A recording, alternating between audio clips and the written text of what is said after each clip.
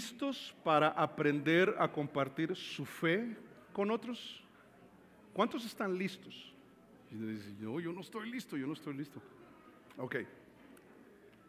Luego de iniciar nuestra celebración de aniversario, arrancamos viendo nuestra visión y no solamente le echamos un vistazo al punto en el que estamos como iglesia, sino que también soñamos con lo que Dios tiene para nosotros más adelante. Luego, después de ver nuestra visión, recordamos nuestra misión. ¿Alguien podría recordar nuestra misión como iglesia en una frase muy corta? Existimos para... Espero que haya sido lo correcto porque no entendí.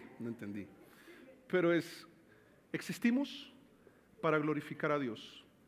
Y hemos aprendido estas 2 últimas semanas que todo en la vida es un medio para el único fin en la Biblia sobre el cual existimos tú y yo, para el cual existe todo lo que vemos creado. La Biblia lo dice por todos lados. Uno de los mejores textos está en Colosenses capítulo 1, verso 27 y su debido contexto, donde dice que todo, también en Romanos 11:36, que todo fue creado por medio de Él y para Él. Todo debe glorificar a Dios. Aprendimos que en nuestro juego de circunstancias, nuestras habilidades y nuestras limitaciones existen para glorificar a Dios. Si estás soltero, ¿con qué glorificas a Dios? Con tu soltería. Y si estás casado, con tu matrimonio. Y asimismo los hijos, la salud, la enfermedad, la pobreza incluso puedes glorificar a Dios. La riqueza también podrías glorificar a Dios. Pero a veces en la vida tomamos algunas cosas y las convertimos en un fin, y por eso a veces vivimos frustrados. Cuando tú estableciste que la vida, tu fin era casarte, y viste que el matrimonio no es tan fácil, te frustraste a veces, porque la cosa no fue como tú esperabas. Pero cuando tú empiezas a usar y a entender que todo en la vida se usa para la gloria de Dios, entonces muchas cosas van teniendo sentido. Y esto de lo que te estoy hablando es algo que vimos el domingo anterior, y debido a esto que estudiamos en Mateo capítulo 28, recordamos que nuestra misión tiene que ver obviamente con glorificar a Dios, y la forma de hacerlo es siendo canales para expandir su reino y transformar vidas. Voy a hacer una aclaración. Yo estuve con un grupo la mañana de ayer estudiando la Biblia, preparándolos para el ministerio. Y hablábamos de que una cosa es que la iglesia se expanda y otra muy distinta que el reino se expanda. Y voy a hacer la aclaración, voy a aprovechar en este momento. Es que es bueno que alguien que está buscando iglesias, recibió a Cristo, quizás vivía en Barranca Bermeja, Cali, Barranquilla, yo no sé de dónde, pero conoció al Señor, pero se alejó y entonces viene a Bogotá y está buscando iglesia y entonces nos encuentra en las redes y termina entre nosotros, y eso es muy bueno. Si eso es lo que te sucedió, nos alegra que hayas encontrado una iglesia que sea bendición para ti y de manera que tú puedas ser bendición a este mundo, a esta sociedad. Pero en este caso, cuando esto sucede, que no es malo, la iglesia crece. Y es obvio, ¿sí o no? Que estoy diciendo algo muy obvio. Se imaginan 100 personas en esa misma situación viniendo donde nosotros, y entonces este culto se llena y ya no cabemos y la iglesia se expande. Pero el reino se expande únicamente cuando alguien que no es creyente pone su fe en Jesús y se convierte al Señor. Es alguien que estaba en otra religión, que no conocía del Señor, pero alguien de esta iglesia le compartió su fe, lo invitó a la iglesia, escuchó el evangelio y se convirtió al Señor. Por eso los bautismos, que tuvimos bautismos el domingo anterior, es algo tan especial.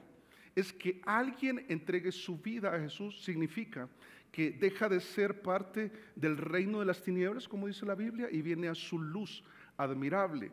Alguien que solamente era una criatura de Dios, no hijo, cuando recibe al Señor viene a ser hijo. Y hay muchas cosas que suceden cuando una persona se convierte. Pero entonces, cuando pensamos en nuestra misión, estamos pensando, sí, que la iglesia se expanda. Qué bueno.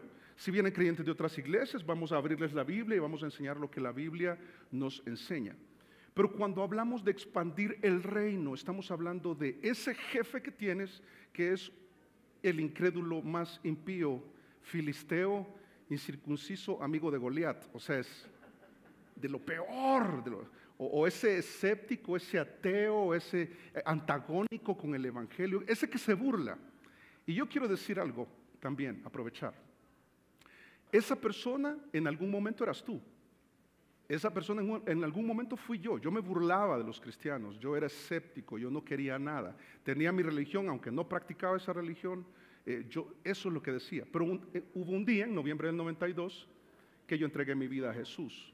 Ahora, ¿qué vamos a hacer a continuación? Vamos a tomar la responsabilidad que tenemos como iglesia, y vimos que si bien nuestra misión recita, existimos para glorificar a Dios, siendo canales o instrumentos para expandir su reino y transformar las vidas. Esto es el discipulado, como te lo mostraba también. Recordamos el domingo anterior que tenemos una misión como iglesia, y arrancábamos también el domingo anterior diciendo que esta gran comisión no se vuelve en nosotros una gran omisión. Cuando solamente nos ocupamos en la vida de resolver nuestros problemas, y créeme que la Biblia te enseña a resolver los problemas, todos. Yo he dicho esto una y otra vez, y yo creo que sí, se puede. También tratamos de hacer nuestros planes, los cuales no están mal.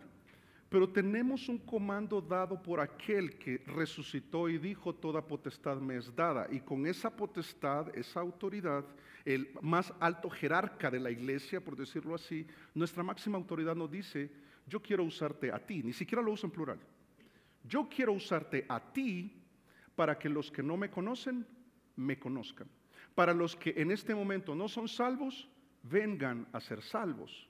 Y por eso aprendíamos que lo dijo, y esto lo conocemos muy bien en Mateo 28, 19, que dice: por tanto, id, ¿y qué dice? Y haced discípulos. Aprendimos que en el griego el imperativo, el aoristo imperativo, no es id. Ese es un subordinado en el griego. Pero el imperativo es hacer discípulos. La gran comisión es hacer discípulos. No solamente salir y evangelizar y luego que vean qué hacen. Hasta ahí yo no llego. No, Jesús dice: debemos hacer discípulos, dice, a todas las naciones, bautizándolos en el nombre del Padre y del Hijo y del Espíritu Santo. Entonces, uno piensa: ¿cómo llegó el Evangelio después de 2000 años a nosotros? ¿Cómo llegó el Evangelio a ti? ¿Cierto que fue a través de alguien? Alguien oró por ti. Alguien te invitó a la iglesia, o alguien te abrió las Escrituras y te mostró el gran amor de Dios. Fíjate que nosotros tenemos una responsabilidad como iglesia que en la antigüedad fue cumplida. Dice ahí Hechos capítulo 14, verso 21, hablando de Pablo y Bernabé, dice: y después de anunciar el Evangelio, dice,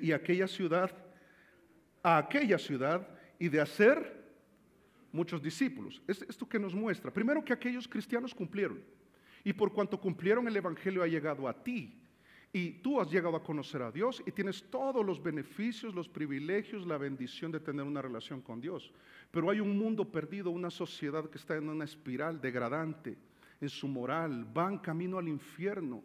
Y no podemos o no debemos seguir siendo una iglesia apática a esa realidad o ciega ante esa realidad, solamente ocupándonos de nuestros asuntos o nuestro ministerio local o lo que disfrutamos cada domingo, cada vez que venimos o cuando participas de algún ministerio de esta iglesia. Hay un mundo perdido que se está yendo al infierno y no debemos ser indiferentes. Aquellos no lo hicieron. Y notas que para ser discípulos, ¿qué dice este texto que debemos hacer antes? Según el texto, anunciar el Evangelio. No debemos equivocarnos en abrir la Biblia con personas que no se han convertido, que son incrédulos, una y otra vez. Estas personas no van a cambiar hasta que escuchen el Evangelio y se conviertan al Señor. Ahora, cuando pensamos en nosotros, me vino a la mente esta figura. Tú sabes cómo se llama ese bastón. Se llama estafeta o bastón, le dicen también. Dentro de una carrera, por generaciones, los cristianos han estado pasándose el bastón o la estafeta. En la carrera cristiana, en Romanos capítulo 9, el apóstol usó esa analogía para entender que la vida cristiana es como una carrera en la cual algunos son espectadores, que no debemos serlo, y muchos son corredores, y nos invita a correr la carrera cristiana como deberíamos. Pero ¿qué pasa si tú eres invitado a una carrera y te dicen es una carrera de relevos y cuando ya vayan los 100 metros alguien te va a pasar la estafeta? ¿Qué dirías tú? ¿Sí? Yo creo que diríamos, sí, claro, pero ¿estarías listo para coger esa estafeta? Es decir, viene un man a, yo no sé, 40 kilómetros por hora, Usain Bolt, y yo creo que nos atropellaría. Empezaremos a correr y has visto que hay una técnica. Hay un momento, o sea, hay una distancia, hay una velocidad, hay un entrenamiento, hay una preparación, porque se sabe, fíjate, en estadísticas, esto es en Estados Unidos, tú sabes que allá recogen muchas más estadísticas sobre muchísimos temas, y recogen acerca de la responsabilidad asumida de los cristianos hoy en día respecto a compartir su fe. Y muchos fueron bien honestos y destacaron 3 aspectos por los cuales un creyente no comparte su fe. El primero de ellos, en el primer lugar, está ¿el qué? Temor al rechazo. Seamos honestos. No compartimos a veces, o siempre, no sé, porque tienes temor al rechazo.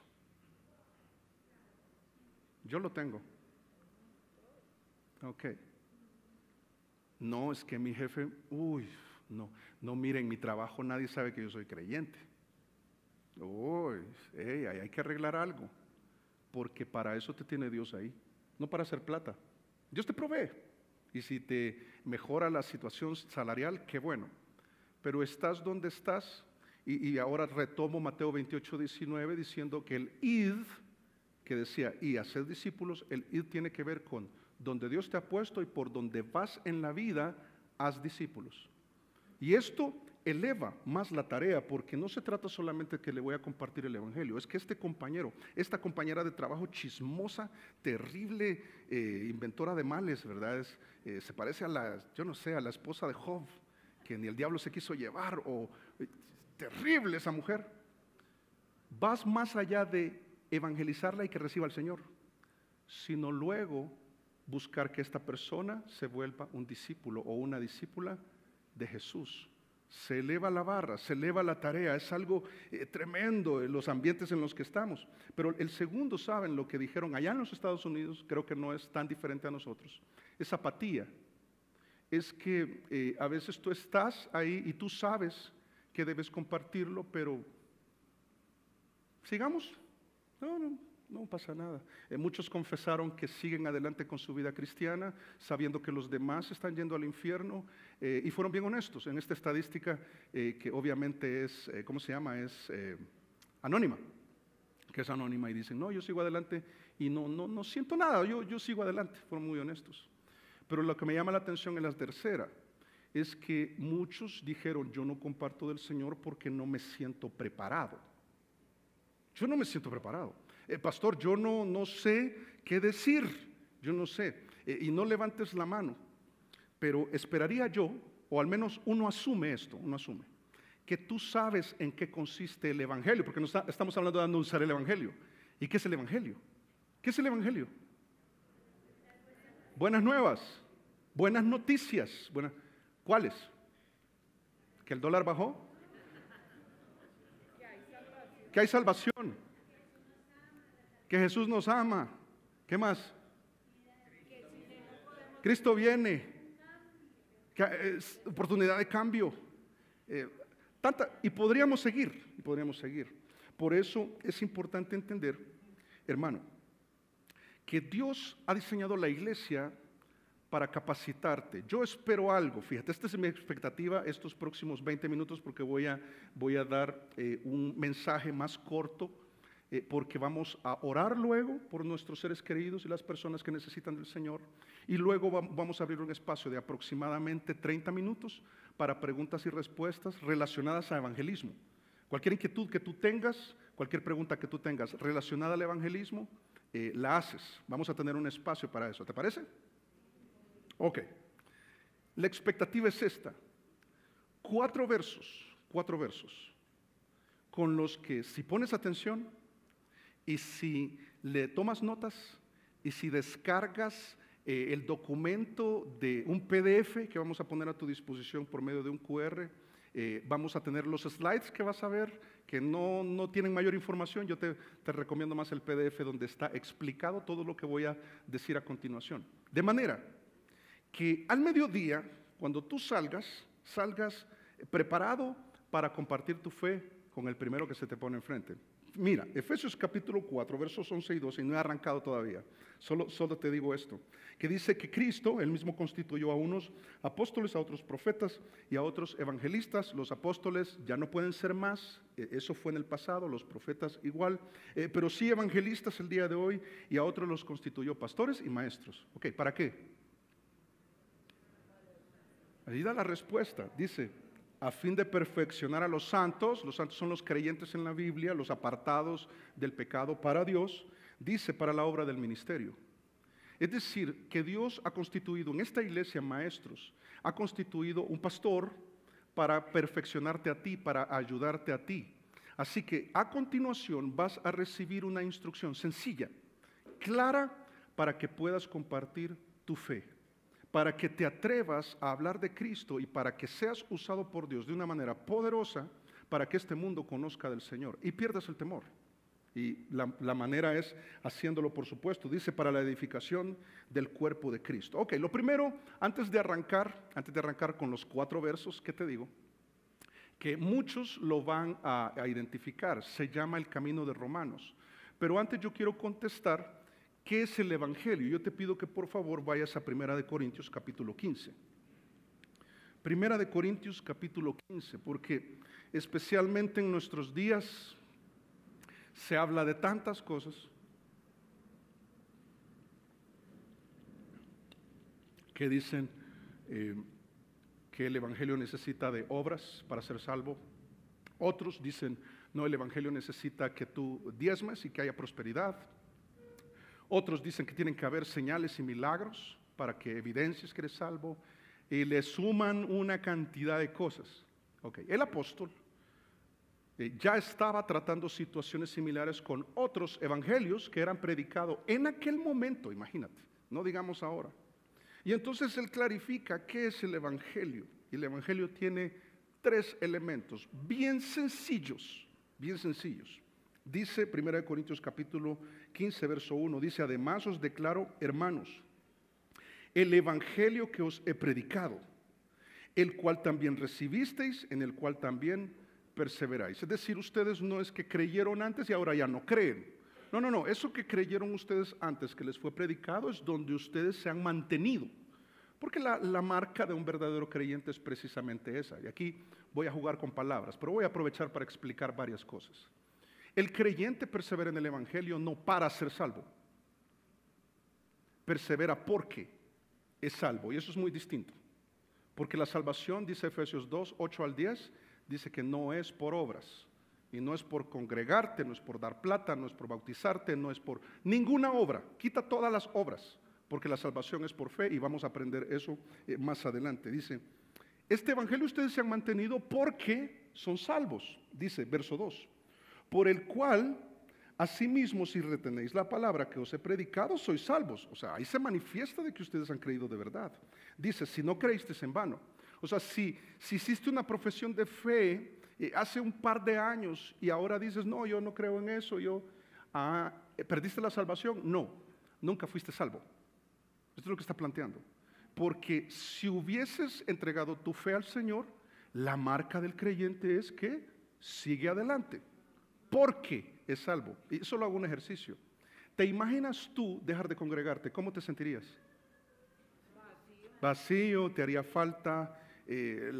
Congregarte es parte de la vida cristiana.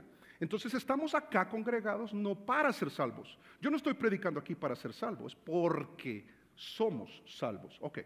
Y luego dice en el verso 3, porque primeramente os he enseñado lo que asimismo recibí. O sea, yo les voy a transmitir el evangelio por el cual yo me convertí, diría Pablo. Ese mismo es el que voy a compartir con ustedes. Mira qué sencillo es. Dice que Cristo, ¿qué? Murió por nuestros pecados. La paga del pecado es muerte, lo vamos a ver, pero el que murió fue Cristo. Él pagó la pena por ese pecado, no tú, fue Cristo. Pero no solamente eso, dice, conforme a las Escrituras. Con esto lo que está diciendo es, Cristo murió como había sido profetizado, si lo prefieres. Todo lo que la Biblia dijo acerca de Jesús, todo se cumplió, todo se cumplió. Y cuando Él murió en la cruz, es porque la Biblia ya lo decía, es conforme a las Escrituras. Luego dice, el verso 4, y que fue sepultado y que resucitó al tercer día, ¿cómo? Conforme a las Escrituras. Están tres elementos. Muerte, ¿qué hacen con el que muere? Es sepultado. ¿Y quedó sepultado Jesús? Resucitó. De hecho, Primera de Corintios 15 destaca el elemento esencial del cristianismo y es creer en un Jesús que resucitó. Si quitas del Evangelio la resurrección de Jesús, estamos todavía condenados al infierno. Es necesario creer tres cosas: que Cristo murió, que fue sepultado y que resucitó. ¿En qué consiste el Evangelio? En que Cristo fue sepultado y resucitó. ¿Te cuesta mucho recordar eso? Es bien sencillo, es bien sencillo. ¿Qué debemos decirle a este mundo perdido? Que Cristo murió, fue sepultado. Y entonces dirías, pero eso ya lo saben, ¿o no? Te tengo una buena noticia. Ah, sí, dime. Mira, Cristo murió, fue sepultado y resucitó. ¿Y entonces qué te diría esa persona? En buen colombiano diría, obvio. Obvio, sí, ya sé. Porque debemos llevar este mensaje y debemos ayudar al incrédulo a reconocer su pecado. Hay varios elementos alrededor del Evangelio, pero algo que quiero que quede muy claro. El Evangelio, la buena noticia es que Cristo murió por nosotros. La buena noticia es que fue sepultado pero resucitó, y todo esto conforme a las Escrituras. Todo lo que sucedió con Jesús, y aquí puedes agregar. Eso que tú dices que ya sabías, no sé si sabías que fue en cumplimiento de todo lo que ya estaba escrito acerca de Él. Él hizo todo. Los milagros, Él hizo las señales, Él murió en la cruz, Él derramó su sangre y todo esto estaba tipificado, simbolizado cientos de años atrás en el Antiguo Testamento. Alguna profecía hasta con el tiempo cronometrado en Daniel capítulo 9. Entonces quizás esto la persona no lo sabe. Pero entonces, para compartir nuestra fe, yo te voy a mostrar, y ahí tienes un código QR que te vamos a poner a disposición también en las pantallas del televisor, más adelante al final del servicio. Es para que descargues estos slides, pero también para que puedas descargar el PDF del Camino de Romanos, le vamos a llamar, el Camino de Romanos, explicado. ¿Por qué el Camino de Romanos? Ve, por favor, a Romanos capítulo 3, verso 23. Y te voy a invitar a que hagas algo. Vamos a hacer una prueba acá. ¿Cuántos tienen Biblia física? Ok, buen grupo. Ok. Quizás no venías preparado, pero te doy un... Si revisas mi Biblia, hay algo que llamamos referencia cruzada. ¿Qué es? De un texto que te lleva a otro texto, naturalmente. Ok.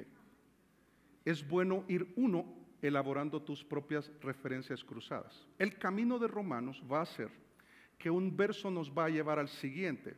¿Qué te recomiendo hacer con los versos que vienen a continuación? Es que en Romanos capítulo 3, verso 23, ahí al ladito, escribas 6:23. Capítulo 6, verso 23. Porque ese va a ser el siguiente. Ok. Romanos 3:23 en este momento. ¿Lo tienes? Sí. Ok. Si lo tienes en tu teléfono y tu teléfono te permite tomar nota, porque a veces lo mantienes presionado y se abre una pestaña para tomar nota. Ahí escribe Romanos 6:23, que va a ser el siguiente que vamos a ver.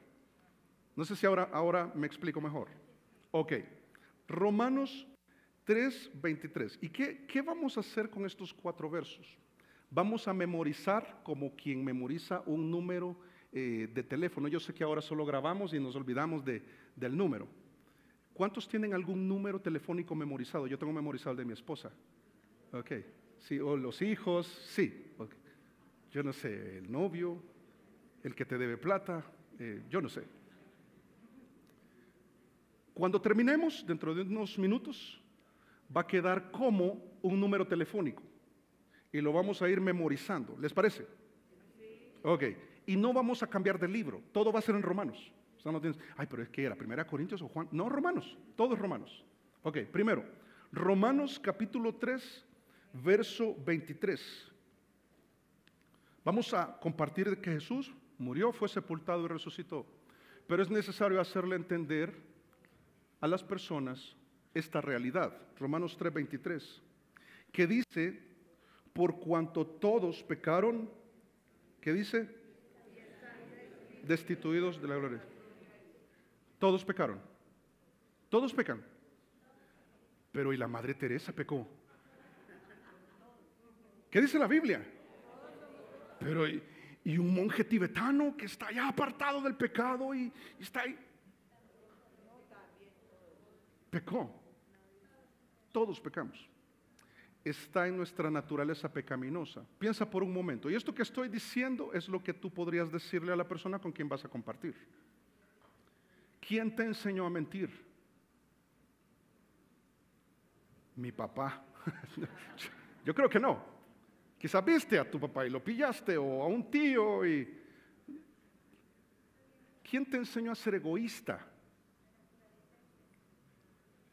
Nadie te enseña eso. Traemos una naturaleza pecaminosa que nos lleva a pecar, a hacer lo que está prohibido. Yo voy a citar 4 versos en Romanos, pero te voy a dar algunas referencias que puedes memorizar o no. Y esto está en el PDF que te hemos puesto a disposición. Okay. ¿Cuál fue el pecado de Adán y Eva? Desobedecer. ¿En qué? ¿Qué hicieron? ¿Cuál fue la acción? La manzana, dicen algunos. No, la Biblia no dice que era una manzana, pero que era un fruto muy atractivo, deseable. Y ellos tomaron ese fruto que estaba prohibido, es decir, entraron al fruver, y el que decía no comerás, y todos los demás eran gratis, y uno dice, este es, y lo comieron. Okay. ¿Qué pasó después? Lo que les había sido advertido es que si comían y desobedecían, iban a morir. Y eso fue precisamente lo que sucedió. Murieron espiritual y físicamente. Ahora, cuando ellos desobedecieron, sucedió algo. Dice el texto, por cuanto todos pecaron, están destituidos de la gloria de Dios. ¿Qué entiendes por destituido? Y yo estoy haciendo el ejercicio para que ustedes lo hagan con su familiar y su amigo. Yo le haría estas preguntas. No solo se queden con la información. Esto que estoy haciendo es lo que yo hago al compartir mi fe con mi vecino, en una campaña evangelística. Hagan lo mismo con sus conocidos. Pregúntenles, ¿sabes la historia de Adán y Eva? ¿Sabes del fruto? ¿Y cuál fue el pecado? Ah, sí, comimos de un fruto, sí. Entonces fueron destituidos. Cuando tú piensas en un puesto de un alto funcionario que cometió una falta grave y fue destituido, ¿qué significa? Lo echaron, sí, ya no tiene el puesto y ya no tiene los privilegios. Ok. De lo que dice que fue destituido el texto, Romanos 3:23, dice, por cuanto todos pecaron y están destituidos ¿de qué? De la gloria de Dios. Un moralista, un religioso, un testigo de Jehová, ponle la etiqueta que quieras, va a tratar de decir, no soy tan malo. Te lo prometo. Y se va a comparar con alguien en la cárcel, en el Secot, en El Salvador, yo no sé. Pero si te comparas con Jesús, eres malo. Y la persona necesita entender su pecado y necesita reconocer un texto tan sencillo que dice, por cuanto todos pecaron, hay una consecuencia, están destituidos. Perdieron el puesto, perdieron el privilegio de estar en la gloria de Dios. ¿Se entiende? ¿Puedes explicarlo tú ahora? ¿Cierto que sí? No es tan complicado. Pero entonces, este texto está en Romanos capítulo 3, verso 23. Ok. El verso al que vamos a continuación solo cambia, hay una ventaja acá, solo cambia el capítulo. porque ahora ya no es 3:23, sino que es 6:23. Y entonces, entre comillas, el número telefónico que vamos a memorizar es 3:23, 6:23. ¿Fácil o difícil? Muy fácil, muy, muy fácil. Ok. Pero también puedes hacer tus anotaciones en tu Biblia. Y lo que dice Romanos capítulo 6, verso 23, dice, porque la paga del pecado es muerte, mas la dádiva de Dios es vida eterna en Cristo Jesús, Señor nuestro. Ok. ¿Cuál es la penalidad? ¿Cuál es la condena al que peca? Muerte, muerte. Siendo muy honestos con el texto, si uno va al evento donde sucedió eso, es Génesis capítulo 2 y capítulo 3, donde Dios le dice, el día que tú comas de ese fruto, ciertamente morirás. Entonces Adán y Eva lo comieron. Y le dice, el día que de él comieres, morirás. Y entonces alguien que quiere atacarte y decirte que la Biblia tiene contradicciones, te dirá, pero Adán y Eva no murieron ese día.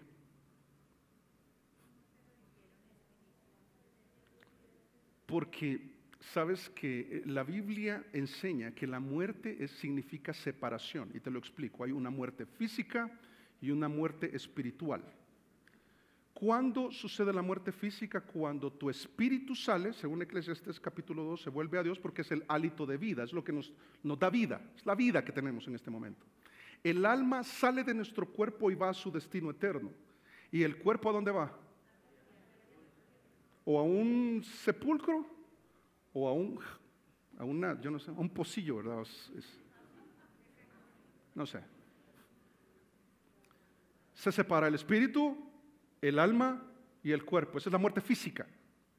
La muerte espiritual sucedió en el preciso momento en que Adán y Eva pecaron. Es la separación de Dios. Y el día que de él comieron de un fruto, fueron destituidos, perdieron los privilegios, fueron expulsados de la gloria de Dios y ahora ya perdieron todo eso. Perdieron todo eso a razón del pecado. Y aquí yo siempre platico con las personas para participarles y hacerlas pensar. Y te animo a que hagas lo mismo. Ahora comparémonos con Adán y Eva. Esto también está escrito en el documento. Ahora comparemos con Adán y Eva. ¿Cuántos pecados cometieron ellos para ser expulsados, destituidos de la gloria de Dios? ¿Cuántos pecados? Uno. ¿Qué tan grave a nuestro parecer era ese pecado?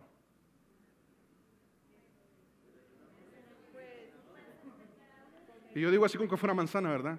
Un banano o una pitaya. Un fruto, uno. Y fue comerlo. Ok. Ahora pensemos. Esta persona que dice, no, pero yo no soy tan mala. Sí. Ok. Listo, no eres tan malo.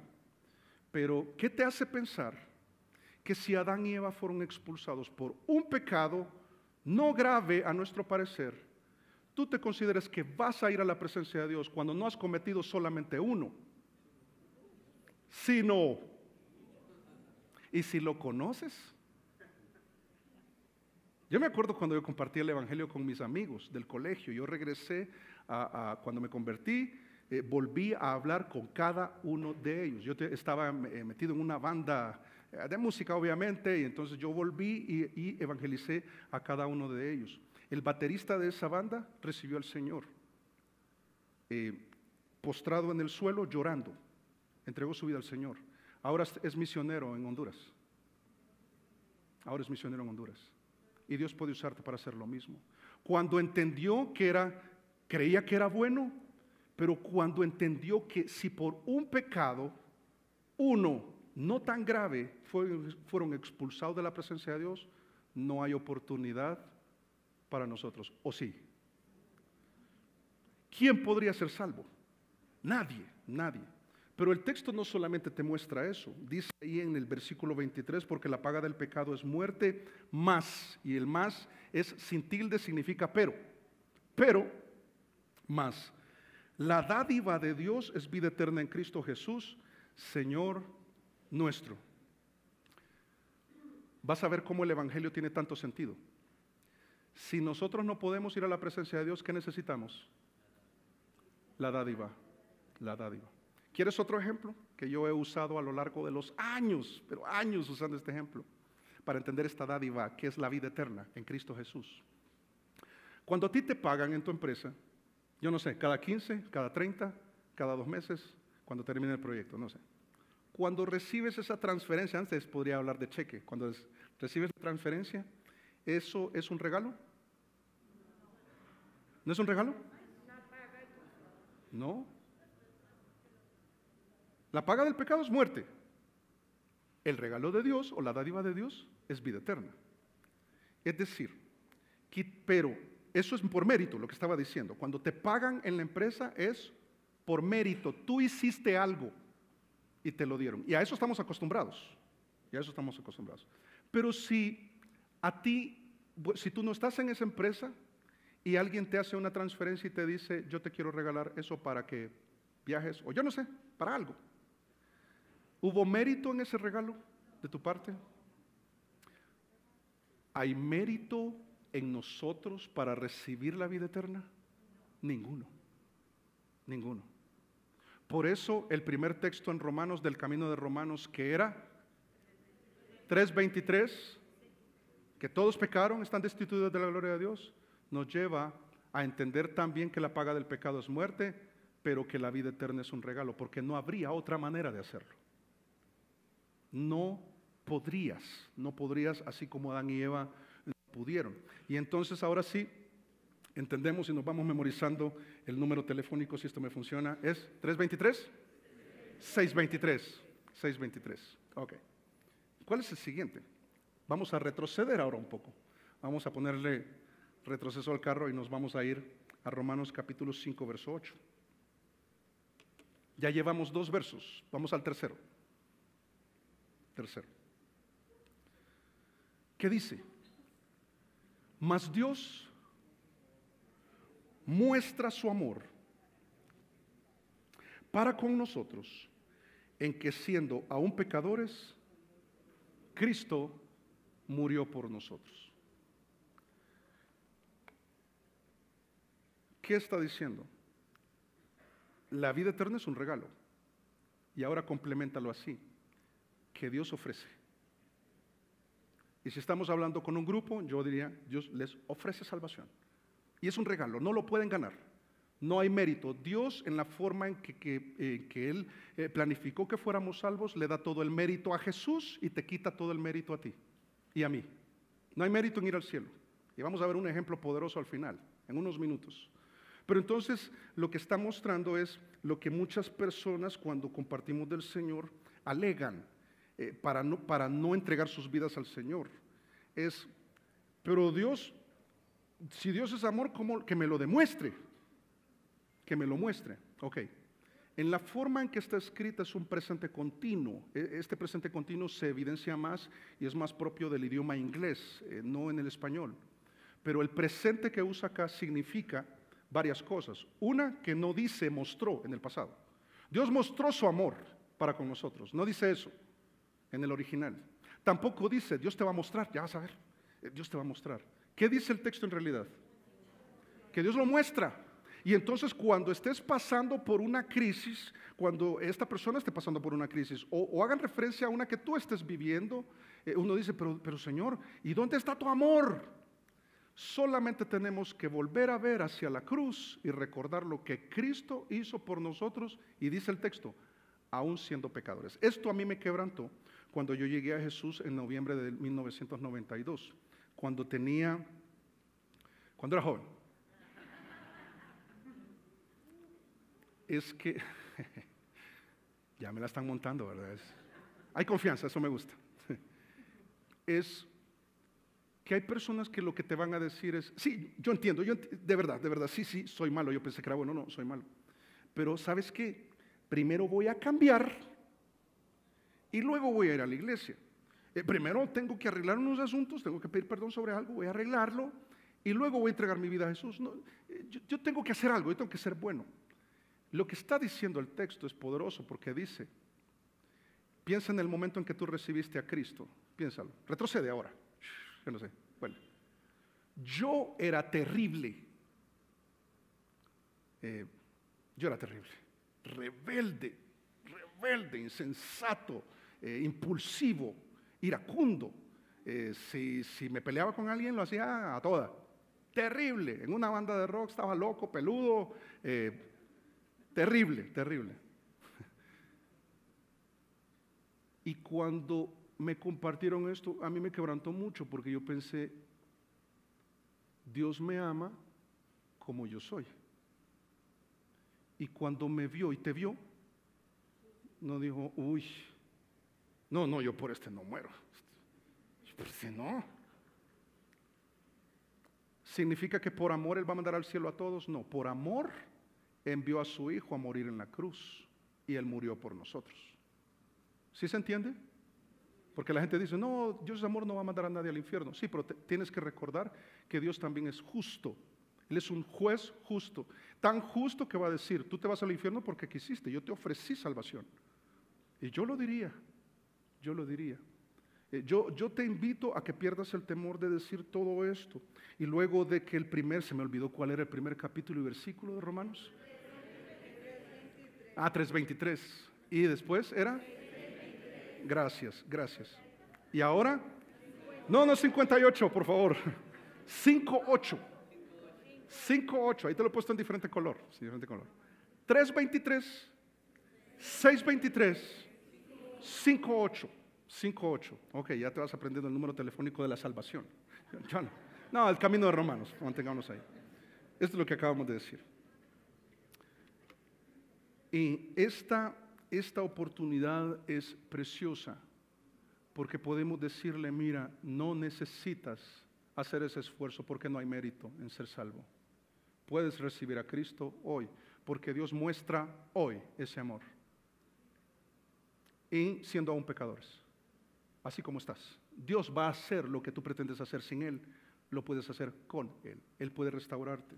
Y el último verso nos va a mostrar 3:23, 6:23, 5:8, 19. Y ya, eso es todo. Y ahora te explico, vamos a Romanos capítulo 10, verso 9. Romanos capítulo 10, verso 9. Que con esto las personas también tienen mucho problema, mucho antagonismo, mucha resistencia a creer que la salvación es tan fácil. Y la verdad que este es un concepto equivocado, porque la salvación no es tan fácil. A Cristo le costó su propia sangre. Y si piensas que es fácil resucitar, Cristo resucitó y eso no es fácil. Él dejó su trono y vino a morar entre nosotros y eso no fue fácil. Todo lo que Cristo hizo no fue fácil. Hay un alto precio en la salvación. Para nosotros es sencillo ahora, pero el orgullo a veces no nos deja. Pero entonces dice, Romanos capítulo 10, verso 9, dice que si confesares con tu boca que Jesús es el Señor y creyeres en tu corazón que Dios le levantó de los muertos, dice la Biblia, ¿qué?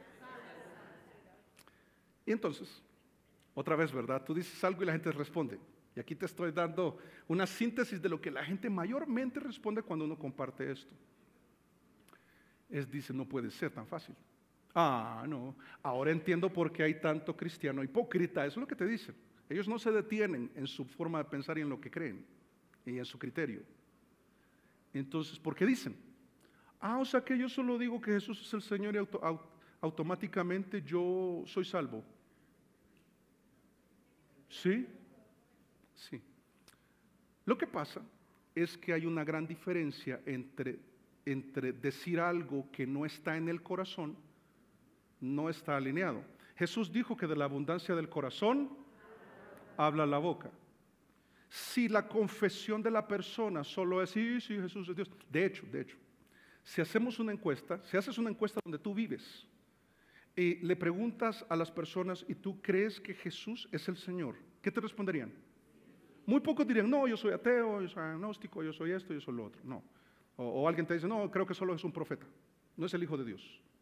No es Señor, no es Salvador. ¿Significa que son salvos? El texto menciona dos cosas esenciales el corazón y la boca. Que lo que la boca confiesa es la convicción del corazón, te hace salvo. Ya te voy a dar un ejemplo. Cuando tú oras al Señor, le entregas tu vida, te proclaman el Evangelio y tú dices, sí, Jesús es el Señor, Él es mi Salvador, yo soy un pecador, yo lo necesito, Él es el regalo provisto por el Padre por medio del cual me ha ofrecido esta salvación, pero no la tengo y para obtenerla tengo que confesar mi pecado, arrepentirme de mi pecado y creer no solo de labios, sino que realmente en mi corazón tengo la convicción, tengo la seguridad, porque algunas personas solo hablan religiosamente. Dios te bendiga. Estábamos hablando con una familia anoche, que en El Salvador usamos mucho el primero Dios. Eso no se usa acá, ¿verdad? Primero Dios nos vemos el próximo domingo, primero Dios. Aquí es, si Dios quiere, o si Dios permite. Y entonces, no, pastor, si Dios quiere, ahí vamos a estar sirviendo. Y yo digo, sí, Dios quiere. Ahí el tema es que tú quieras, pero yo creo que Dios quiere, yo creo que Dios quiere.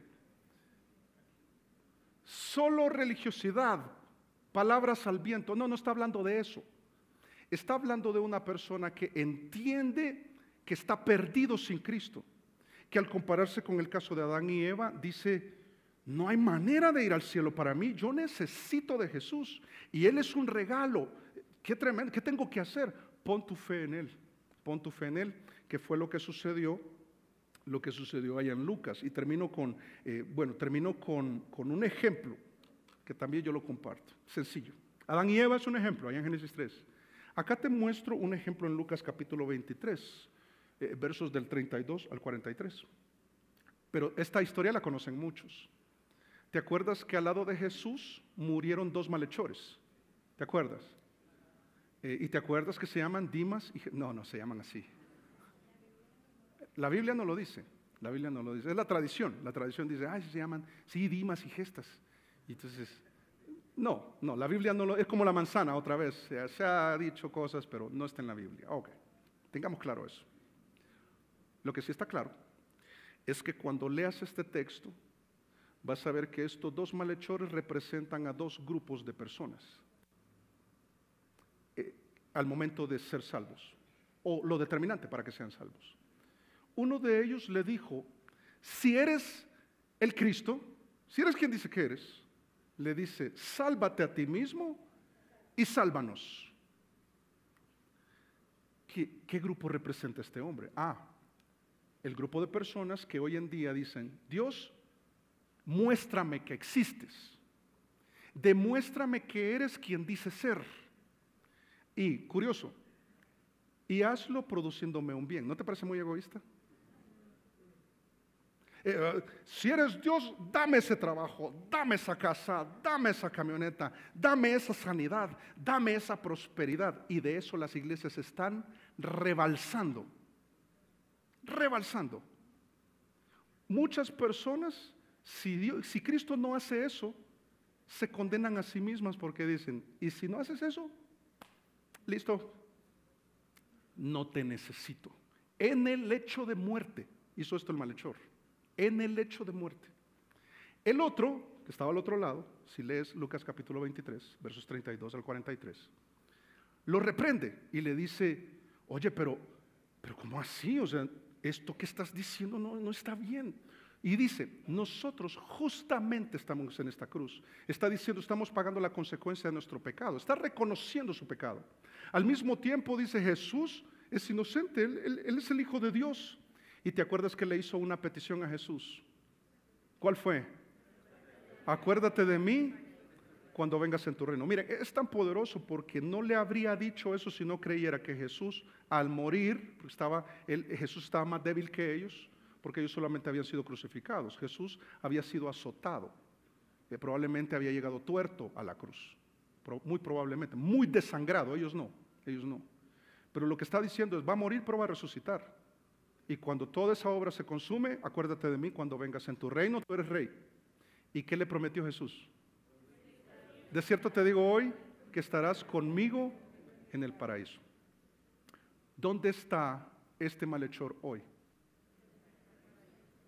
¿Seguros? ¿En serio? ¿Pero por qué? Jesús se lo prometió. Jesús se lo prometió. Y fue a la iglesia. ¿Y se bautizó? Hay quienes dicen, no, pero para ser salvo hay que bautizarse. ¿Y qué hacemos con este malhechor? Porque él fue salvo y no se bautizó. Yo creo que si hubiera vivido, se hubiera congregado, hubiera crecido, hubiera conocido al Señor, hubiera cambiado y se hubiera bautizado, pero no tuvo oportunidad.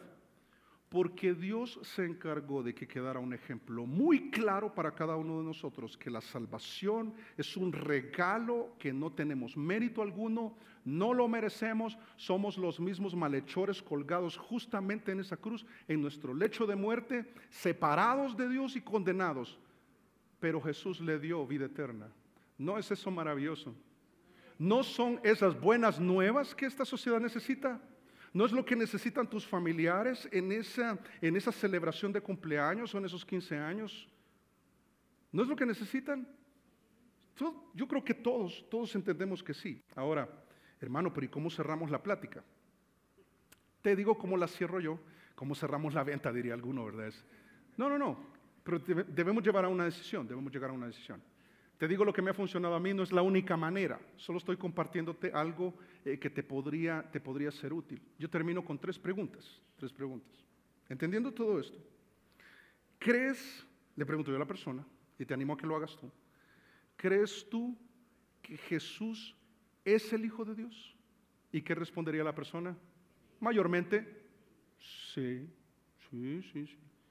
Ok, entonces la segunda pregunta es, ¿y cómo crees que Jesús es verdaderamente el Hijo de Dios? Pero lo crees en tu corazón. La segunda pregunta es, ¿y crees que Él murió por tus pecados? No por los pecados, por tus pecados.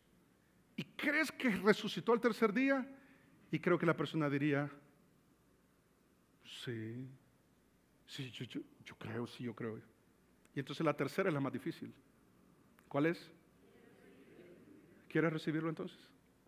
Y si dice, no, estaba bromeando, yo no sé, no, mira que esto y que lo otro. Pero la Biblia tiene contradicciones, pero es que esto y pero es que... ¿Sabes qué está diciendo? Está diciendo no. Pero tú cumpliste.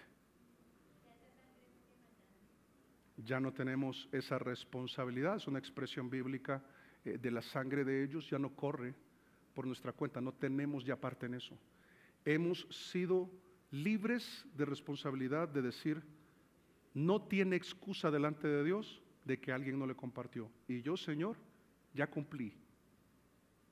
Saben que realmente esa responsabilidad es la que deberíamos sentir todos.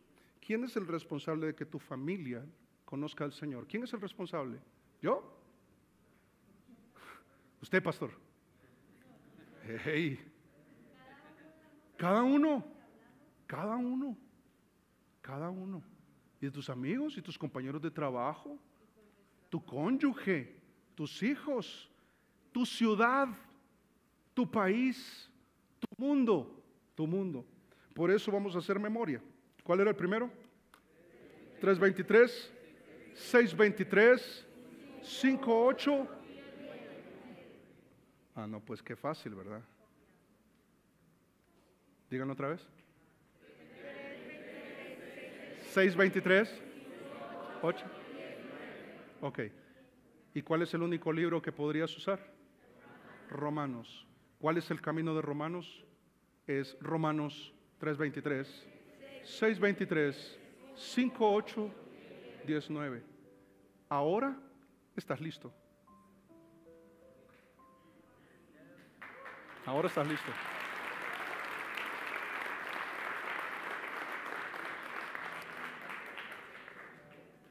Ponte de pie. Oremos antes de pasar a la sección de preguntas, me imagino que habrán algunas. Oremos por esas personas que están alrededor tuyo, que necesitan del Jesús y que tú puedes compartirles. Ahora tú sabes. Piensa en ellos. Cierra tus ojos y digamos, Padre, la verdad es que lo que tú nos has dado es demasiado valioso, Señor. el privilegio que ahora tenemos es tan grande de poder hablar de ti, de la salvación que hay en ti, de la oportunidad de poder tener una relación contigo, Señor. ¡Qué bendición! Y qué desafío tan grande es para nosotros el poder hablar de ti con aquellos que no te conocen. Señor, ayúdanos con el temor que nos paraliza, que nos congela, que nos deja sin palabras en muchas oportunidades. Señor, darnos la fuerza, el valor, la proactividad para ese momento en que vamos con el taxista o el conductor de Uber. Señor, que tenemos una reunión o un almuerzo o una celebración de cumpleaños y tu Espíritu Santo nos dice comparte, y a veces no lo hacemos, Señor. Te pedimos que obres en nosotros y que nos uses poderosamente, que podamos celebrar la salvación no solamente nuestra, sino de aquellos que pueden llegar a conocerte. Señor, porque de no hacerlo estaríamos fallando en la gran comisión que tú nos has dado como iglesia y como creyentes. Pero ahora también sigue preparándonos, Señor. Sigue dándonos oportunidades para poder compartir este camino de Romanos y otros versos que probablemente tú nos muestres tu amor. Juan 3:16 también, Señor, 1 Juan 5:12, y otros que podamos intencionalmente memorizar, que podamos aprovechar. Te pedimos, Señor, por la salvación de este cónyuge que aún no ha entregado su vida a Jesús, que solamente ha accedido a visitar ocasionalmente una iglesia, o que no ha mostrado un corazón verdaderamente arrepentido. Te pedimos que tú logres su conversión, no nosotros. Nosotros queremos cumplir con lo que tú nos has encomendado. Señor, te pedimos por esos papás que necesitan tanto de ti. Señor, quizás de tercera edad en este momento, otros quizás más jóvenes. Por los hijos que vienen en camino, Señor, o por aquellos que son pequeñitos en este momento y que entreguen sus vidas a ti. Que podamos abrir la Biblia y explicarles tu amor, explicar las buenas noticias, que hay salvación en ti. Pido por cada uno de mis hermanos, Señor, tú los ves, otros que quizás no pudieron venir por salud el día de hoy o responsabilidades laborales, que al escuchar también este video, ser parte de esta oración desde sus casas, Señor, también tú nos pongas bajo convicción para aprovechar cada oportunidad que tengamos de compartir nuestra fe con aquellos que aún no te conocen. Usa poderosamente a cada uno de nosotros, Señor. Dependemos de ti. Ponemos en tus manos a estos seres amados, a estos compañeros de universidad o del colegio, familiares, amigos de infancia, Señor. Ese vecino amable o ese vecino difícil que igualmente necesitan de ti. Úsanos, Señor. Nos ponemos en tus manos en el nombre de Cristo Jesús. Amén. Amén. ¿Pueden sentarse, hermanos? Gracias, Alex. Vamos a hacer esto para adelante. Bueno, ¿me escuchan? Sí, 1, 2. Bueno, vamos a esta sección que se ha convertido en algo muy interesante, porque finalmente creo que aunque el mensaje es muy claro, Alex, y la palabra de Dios así nos lo expresa, a veces hay dudas o preguntas o temores y no sabemos cómo resolverlos, ¿no?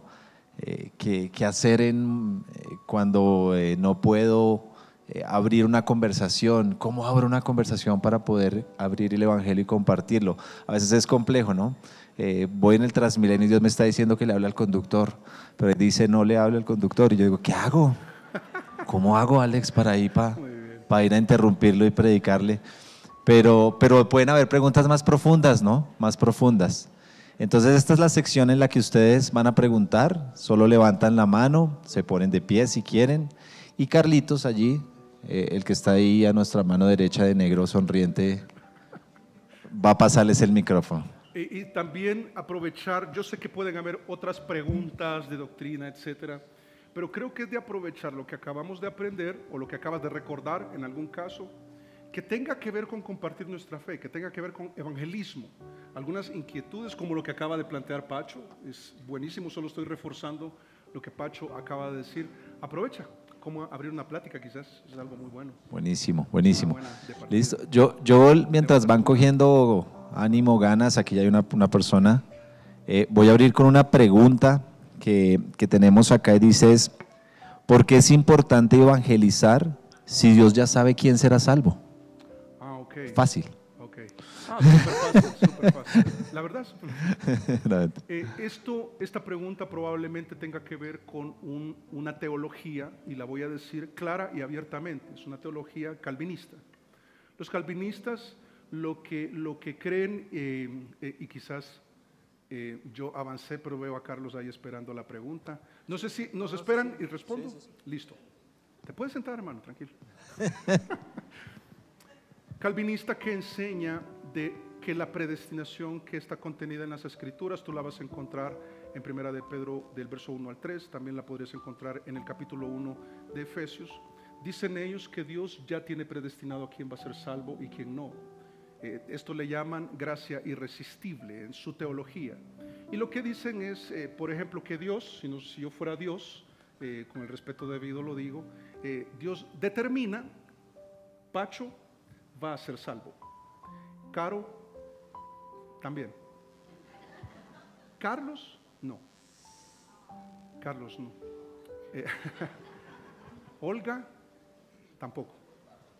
Y la postura es esta, que dicen que ante esto Jesús solamente murió por aquellos que sabía que iban a ser salvos, es decir, por ustedes dos, pero por ustedes dos no. Eso es una herejía terrible, ya te voy a mostrar bíblicamente por qué.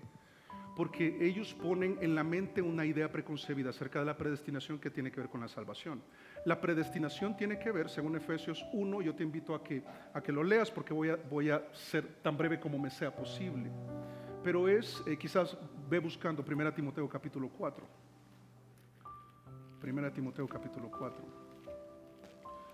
Es que lo que dicen es que no hay nada que pueda hacer Carlos y Olga para ser salvos porque Dios ya lo decidió, no hay nada que hacer. Y que Cristo solamente murió por los que Él eligió de antemano.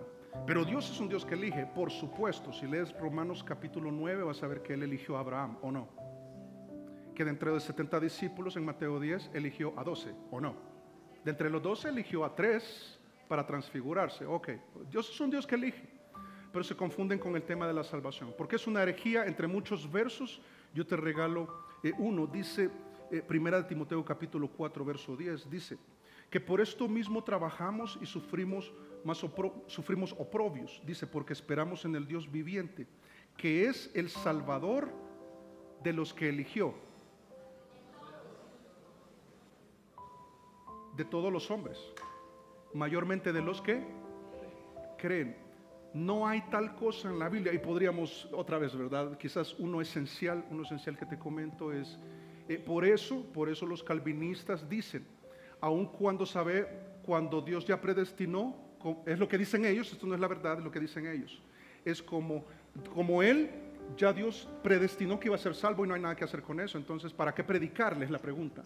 Entonces, porque nosotros no lo sabemos, es lo que dicen ellos, y si no sabemos hay que predicarle.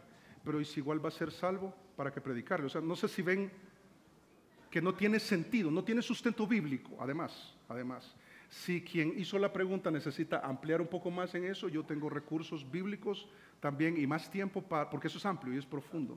Pero básicamente eso, Cristo murió por todos, Dios quiere que todos sean salvos. Decir otra cosa no tiene consistencia. Ahora qué privilegio que 1, 2. Si activan 1, Pachito, 2, ya. que es salvo. Déjeme opinar. No, y qué privilegio que nos use Dios. Mateo 28 nos habla de ese mandato. Entonces, qué bueno, ¿no? Bueno, buenos días para todos. Buenos días. Tengo una pregunta. Si una persona dice que cree en Dios, ¿sí? Que es creyente, no es cristiano, siempre necesariamente tiene que hacer la oración de fe si quiere acercarse más a Dios, si quiere cambiar su vida y, por ejemplo, convertirse, ¿debe hacer la oración de fe? Más que hacer la oración de fe, muy buena tu pregunta, porque debemos tener cuidado de que solamente hay una oración con ciertos elementos para que una persona diga si es salvo. Lo que determina más es la comprensión de lo que acabamos de ver.